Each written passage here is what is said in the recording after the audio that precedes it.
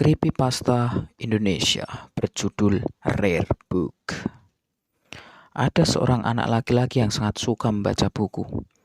Dia membaca semua buku yang telah dipegang dan suka pergi ke toko buku favoritnya dan mencari judul-judul baru. Suatu hari anak itu menyadari bahwa dia sudah membaca semua buku yang ada di toko buku tersebut. Dia menghadap pemilik toko buku dan menanyakan jika dia mempunyai buku yang lain. Si pemilik buku mengatakan dengan sungguh-sungguh, "Ya, aku punya." Dia membuka loker dan mengambil sebuah buku tua. Meniup debu di covernya, dia menunjukkan buku itu ke anak tersebut. Covernya bergambar wajah yang aneh dan judul di atasnya bertuliskan buku kematian. Pemilik toko buku mengatakan bahwa buku itu adalah buku yang sangat langka. "Berapa harganya?" tanya anak itu dengan tidak sabar. Pemilik toko buku berkata bahwa buku langka itu berharga hampir 2 juta rupiah. Tetapi dia akan dengan senang hati menjualnya kepada anak itu dengan harga berdiskon menjadi 200.000. Anak itu berhemat dan menyimpan uang selama berminggu-minggu sampai dia dapat membeli buku itu.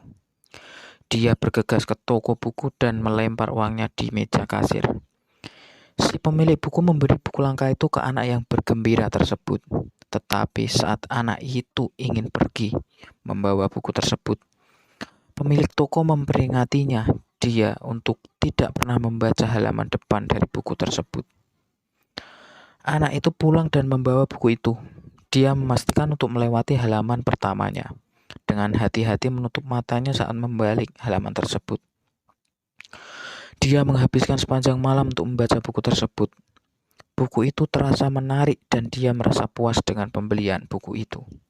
Tetapi beberapa hari kemudian, dia bertanya apa yang berada di halaman pertama. Itu selalu mengganjal di pikirannya. Suatu hari, godaan sangat besar untuk anak itu. Dia membalik ke halaman pertama buku itu dan melihat halaman pertama buku tersebut. Tiba-tiba dia menjatuhkan buku itu dengan kengerian. Di halaman pertama dicetak tebal. Tercetak kata harga eceran yang disarankan 20.000 rupiah.